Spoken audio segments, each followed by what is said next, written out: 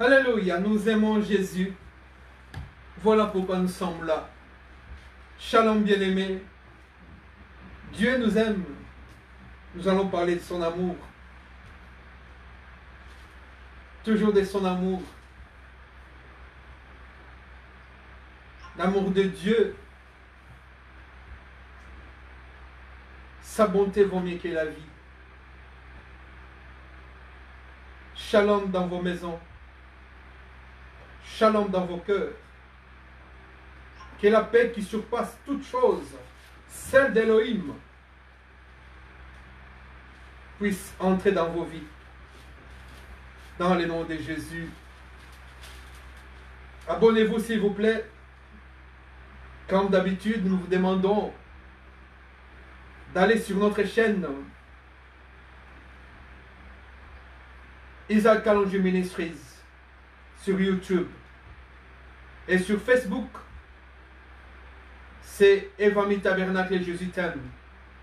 L'amour de Dieu que nous propageons au travers des messages qu'il nous donne.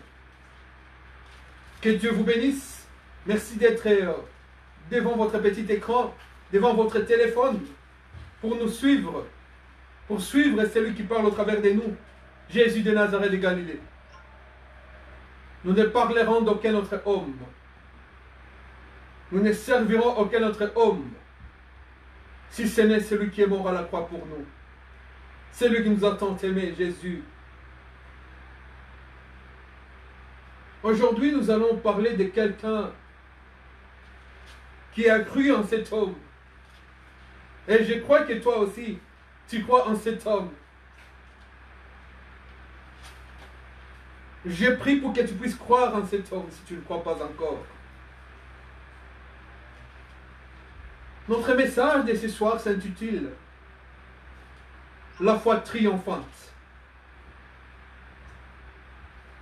Ce qu'un homme cherche dans sa vie, c'est le triomphe sur la souffrance.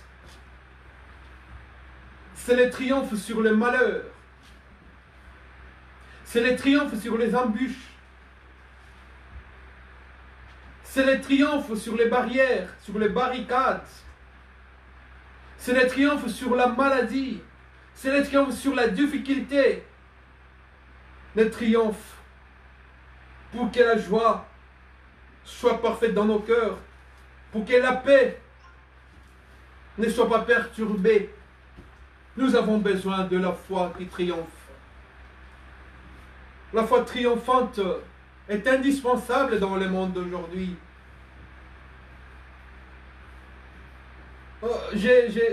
Pendant que je faisais la méditation, cette semaine, je ne sais pas, on va pas, mais je vais combiner avec le message d'aujourd'hui, juste lire les titres, mais je développerai ce message un autre jour. Ce message est dans Jean 12.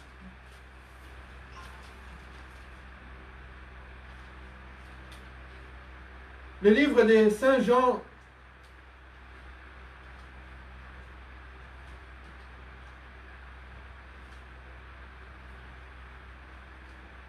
chapitre 12, au verset 20, la Bible nous dit ceci. Il y avait quelques Grecs parmi les gens qui étaient montés pour adorer pendant la fête. Ils s'approchèrent de Philippe, de Bethsaïda en Galilée.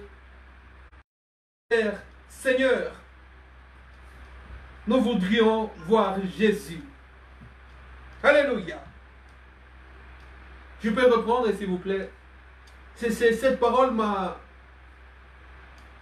beaucoup dérangé dans le bon sens. Elle est passée tous les jours, toutes les minutes presque, dans mes pensées cette semaine. Durant toute la semaine, j'ai pensé à cette parole. Dans d'autres versions que j'ai, ils disent au temps présent, nous voulons voir Jésus, les Grecs.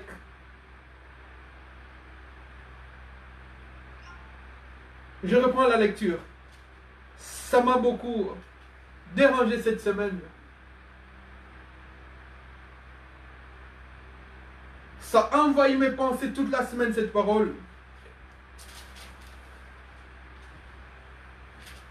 Jean chapitre 12, au verset 20. Il y avait quelques Grecs parmi les gens qui étaient montés pour adorer pendant la fête.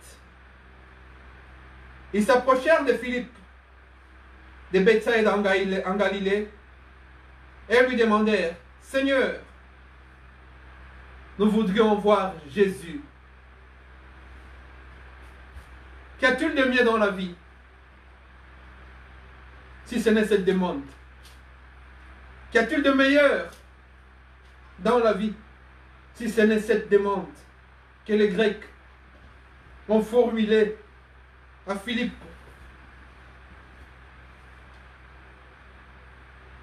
Au verset 22, la Bible nous dit, Philippe alla le dire à André, puis André et Philippe allèrent dire à Jésus. Nous allons combiner cette parole dans notre thème d'aujourd'hui, la foi triomphante, dans les livres de Marc, chapitre 10,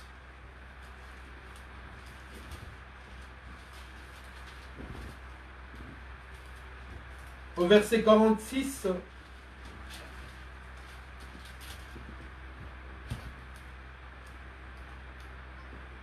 la Bible se complète d'une manière extraordinaire, d'une manière harmonieuse, qui donne du baume au cœur. C'est dit que je suis dans la vérité, que c'est mielleux, elle est mielleuse cette parole, que c'est mielleux, c'est ce que les gens disent vis-à-vis de notre Seigneur.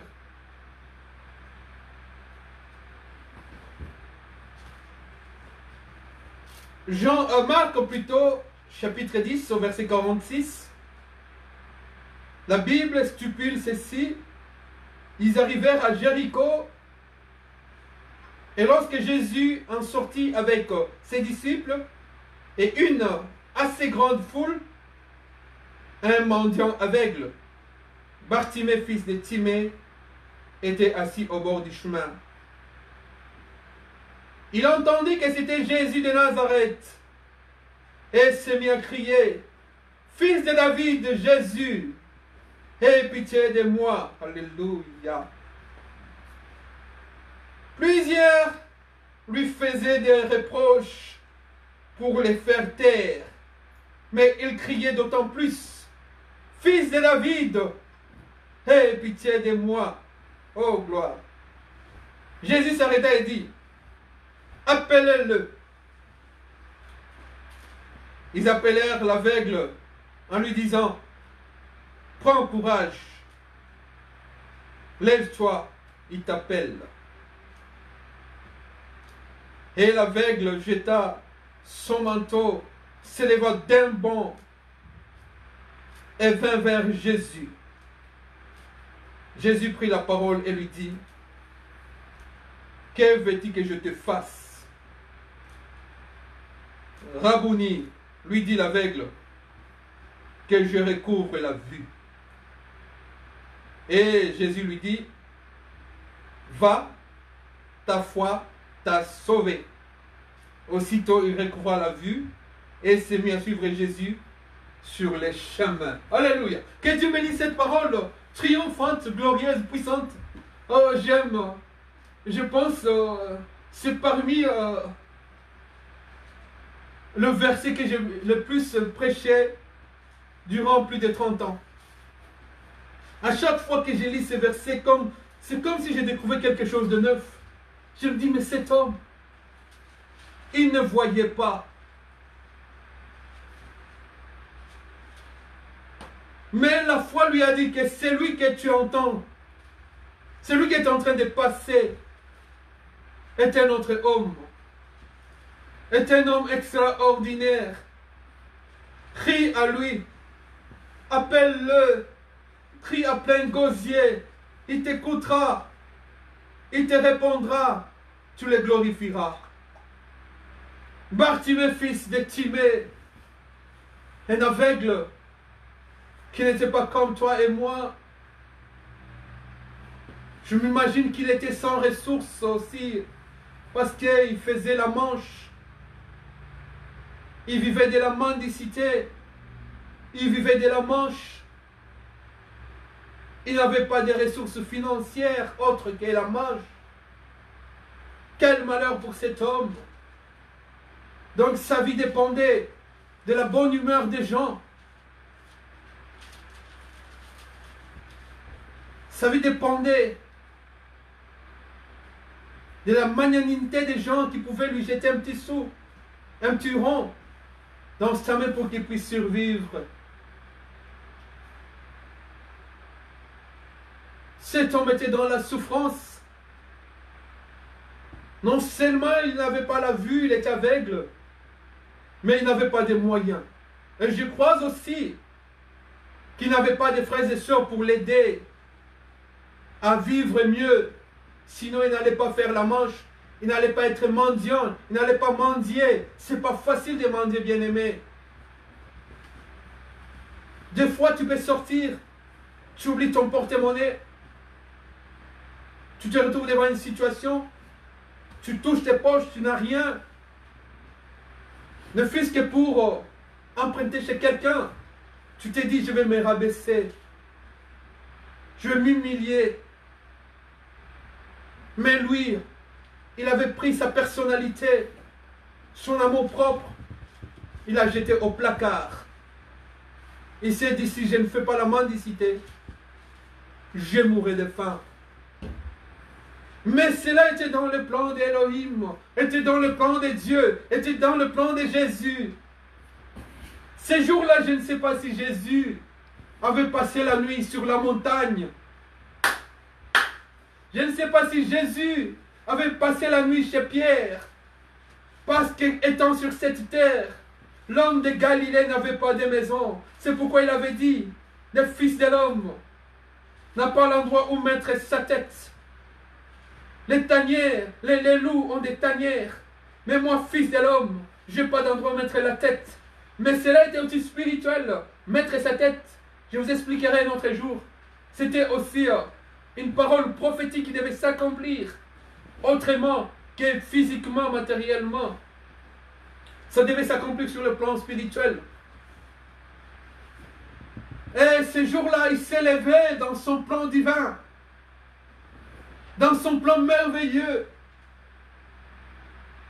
Il a dit, mon cœur aujourd'hui est plein de compassion, mon cœur aujourd'hui est plein d'amour, mon cœur aujourd'hui est plein de pitié. Dieu aime les gens ne s'y rendent pas compte. Dieu t'aime de la manière dont toi-même tu ne peux pas te rendre compte. Dieu m'aime de la manière dont moi-même je ne peux pas me rendre compte. Des fois quand nous branchons, des fois quand nous trébuchons, des fois quand nous péchons, il est ému de compassion, il est ému d'amour. Il s'est dit, mon fils ne sait pas ce qu'il fait. Dieu regrette dans son cœur. Il s'est dit, mais cet homme, pourquoi il bafoue mon sang? Pourquoi il jette au pied mon sang, l'œuvre salvatrice que j'ai accomplie à la croix de Golgotha? Pourquoi cet homme n'a pas vu ma souffrance sur le chemin de Golgotha? Pourquoi cet homme s'est fait du mal à lui-même, à son âme? Des fois, quand quand tu commets un péché, tu ne sais pas combien tu te fais du mal. Tu ne sais pas combien tu te mets sur les chemins de l'enfer. Vous savez, ces jours ici, nous sommes en train de vivre une canicule. Il suffisait de sortir dehors, tu ressentais la chaleur, comment elle était étouffante. Et ma femme m'a dit, mais j'ai pensé, je me suis dit, elle s'est dit, mais quand vraiment il fait chaud comme ça, ici sur terre, à combien plus forte raison, ça sera atroce dans l'enfer. Attachons-nous à Jésus. J'ai dit exactement.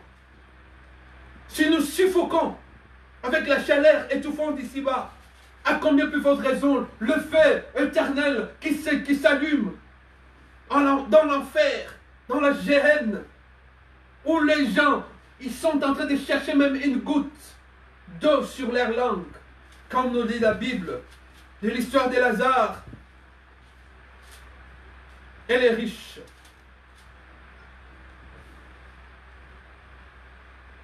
Bien-aimé, Jésus a tant aimé le monde. Quand la Bible dit que Dieu a tant aimé le monde, la Bible ne dit pas que Dieu a aimé les anges. Parce que les anges se sont rebellés dans le ciel. Il les a précipités sur la terre et il ne les a pas suivis. Il les a abandonnés, il les a délaissés, il les a laissés à leur sort. Parce qu'ils ont suivi Lucifer, le séducteur qui était dans le ciel. Lui qui était leur chef, qui était l'ange brillant, qui les a séduits. Et ils sont partis, sont devenus aujourd'hui des démons qui sont réservés aujourd'hui au feu avec les impies dans l'enfer, avec leur chef, le diable, l'ennemi de la parole de Dieu. Dieu n'a pas suivi les anges. Mais toi, Dieu t'a suivi sur cette terre. Il s'est fait homme. Il est descendu sur cette terre. Quand Dieu dit, Dieu a tant aimé le monde, ce n'est pas les animaux qu'il a aimés. Dieu n'est pas venu pour mourir pour les animaux. Dieu est venu pour mourir pour toi. Dieu est venu pour prendre ta place. Ta place qui était la crucifixion, la pendaison, la condamnation éternelle. Dieu a renversé cette situation. Il a dit, mon fils ne passera pas par ce sacrifice-là. Sinon, il ne s'en sortira pas. Parce que son sang n'est pas purifié. Son sang n'est pas justifié encore. Il est venu, il a accepté l'opprobre, l'ignominie et la honte. Il a été flagellé. On a craché sur son visage. On lui a donné des soufflets. On a cloué ses mains, on a cloué ses pieds. L'homme a senti la douleur dans les atrocités sur cette terre. Il a participé au corps, à la chair et à l'eau, comme nous. Il a ressenti les douleurs. Même quand il priait dans les jardins de Gethsémane, la Bible nous dit que sa sueur était changée en sanglots de sang, tellement la souffrance était dure, celle qui lui était réservée à la croix de Golgotha. Il a même dit, mon Père, s'il est possible, que tu puisses éloigner de moi cette coupe, parce que l'atrocité était inouïe. La douleur était inouïe. Mais il a accepté. Il a été considéré comme puni et abandonné de Dieu. Et pourtant, c'est de nos douleurs et de nos souffrances qu'il s'est chargé, cet homme de Galilée. Ce matin-là, il s'est réveillé. Il a dit, aujourd'hui, c'est le jour de Bartimée, fils de Timée. Aujourd'hui aussi, c'est ton jour. Alléluia. Comme je l'ai dit la semaine passée, dans la vidéo précédente, aujourd'hui aussi, c'est ton jour. Bartimée, aveugle, il a entendu une foule bruyante, mais lui, il a élevé la voix. Il entendait que Jésus passait. Il a crié à plein gosier, Fils de David, Jésus, Aie pitié de moi. Dieu est plein de pitié. Dieu est riche en bonté.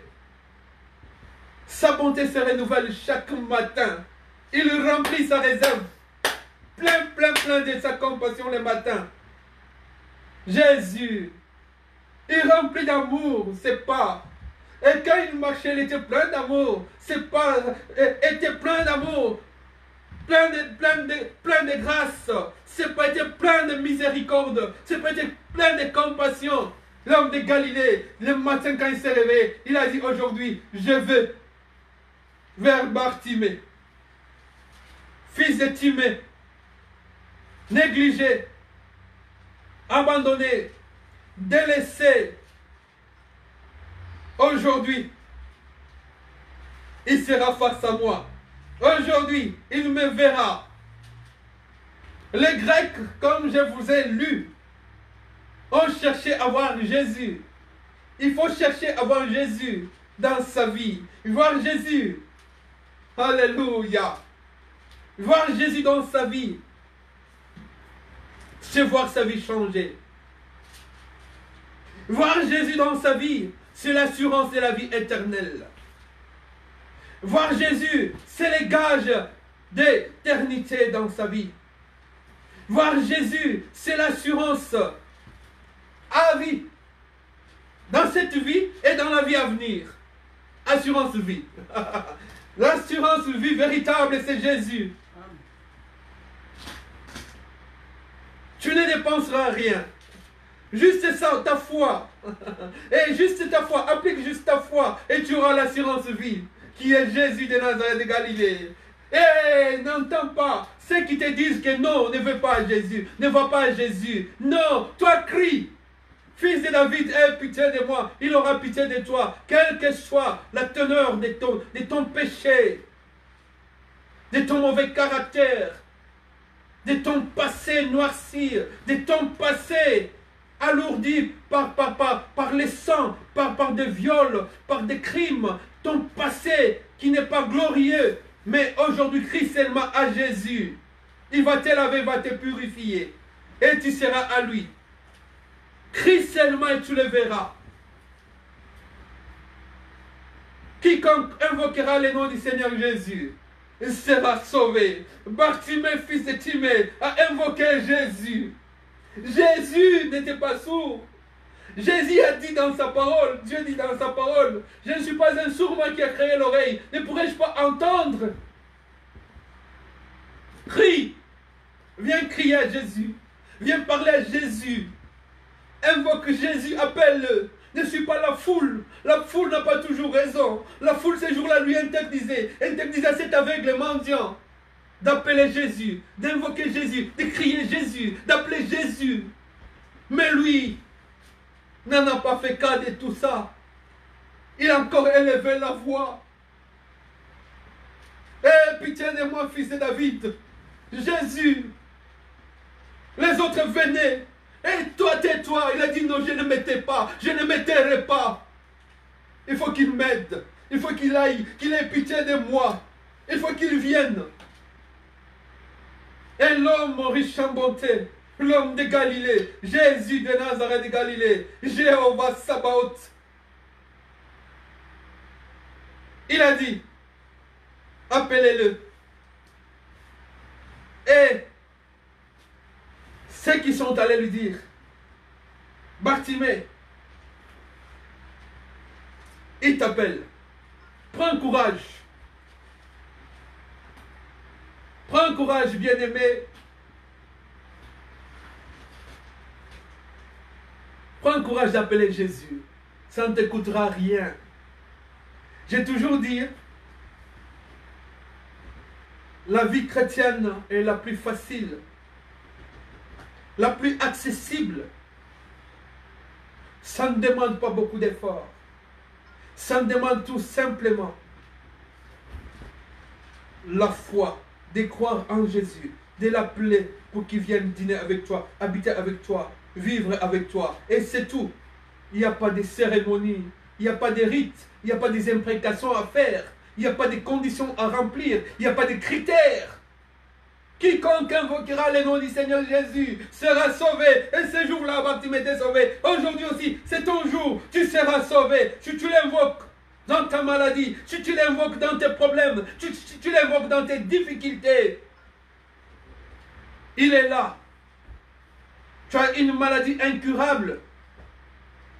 Tu as une maladie inguérissable par les gens, par les médecins. Mais il est là. Et vous savez ce que Jésus a demandé à Bartimée? Que veux-tu que je te fasse? Dis à Jésus. Dis à Jésus, que veux-tu que Jésus te fasse? Il a eu la réponse. Jésus qui l'attendait. Que je recouvre la vue. Oh, alléluia. Et l'homme Bartimée a recouvré sa vue. Il a vu Jésus. Il a sauté d'un bond. C'est-à-dire, sauter d'un bond, c'est-à-dire avancer, prospérer. Il n'était plus le même, il a sauté d'un bond. Tu sauteras quand tu verras Jésus, quand tu appelleras Jésus, quand il te répondra, quand il te donnera la vue, pour que tu vois sa parole, pour que tu vois qu'il est mort pour toi. Bien-aimé, tu as prié tant d'années. Il y a des choses que tu n'as jamais vues.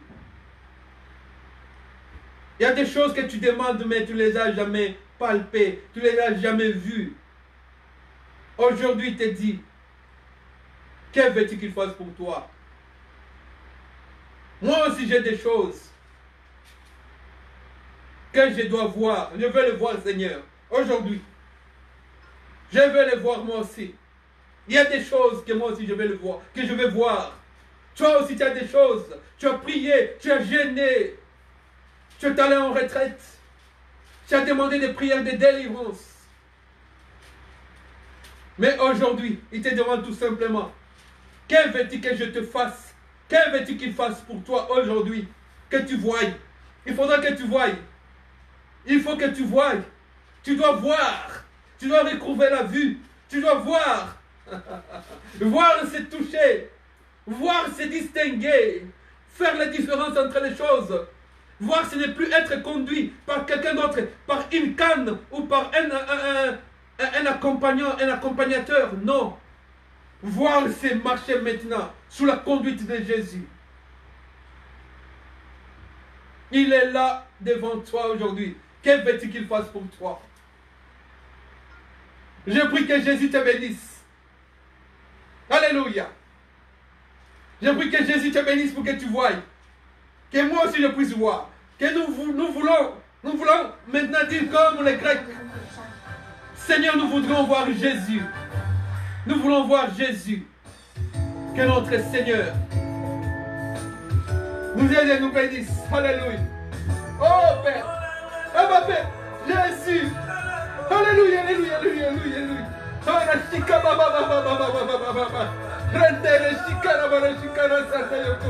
Jésus, nous voulons voir, nous voulons te voir, Seigneur de gloire. Nous voulons retrouver la vie.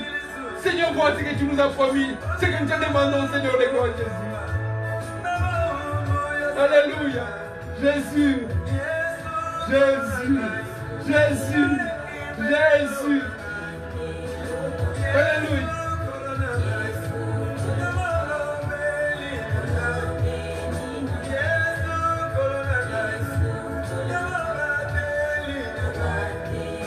Jésus, que mon frère voie, que ma soeur voie, Seigneur. Nous voulons voir Jésus, comme Bartimée a vu, Seigneur Jésus. Alléluia. Oh, gloire.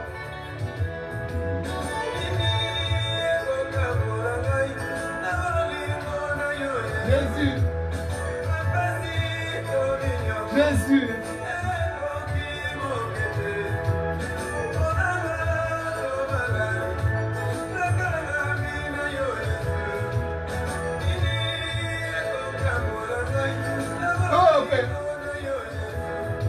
Abonnez-vous, s'il vous plaît, mes bien-aimés, sur Isaac Kalonji Ministries, sur YouTube, et Eva Tabernacle, Jésus t'aime, sur Facebook. Dieu est merveilleux. Alléluia.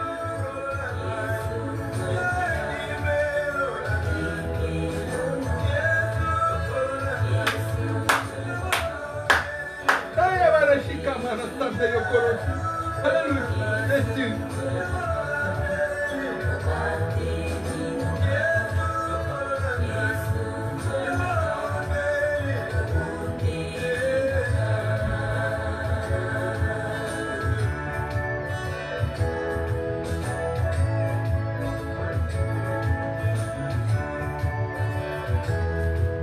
Abba Père.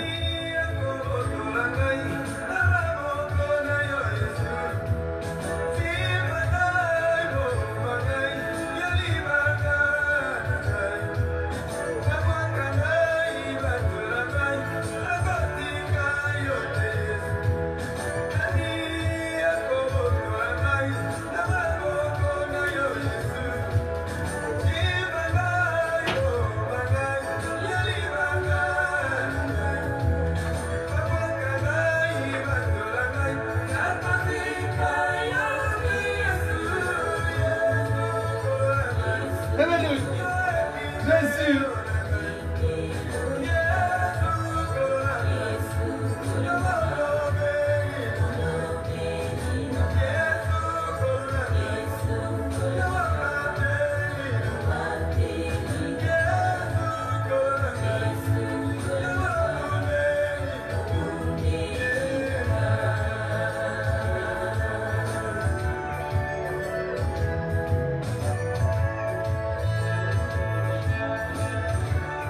Alléluia. Que Dieu vous bénisse abondamment. Dans les noms glorieux et précieux, les noms qui est au-dessus de tous les noms. Oh Père.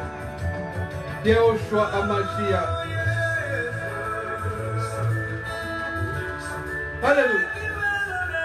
Jésus.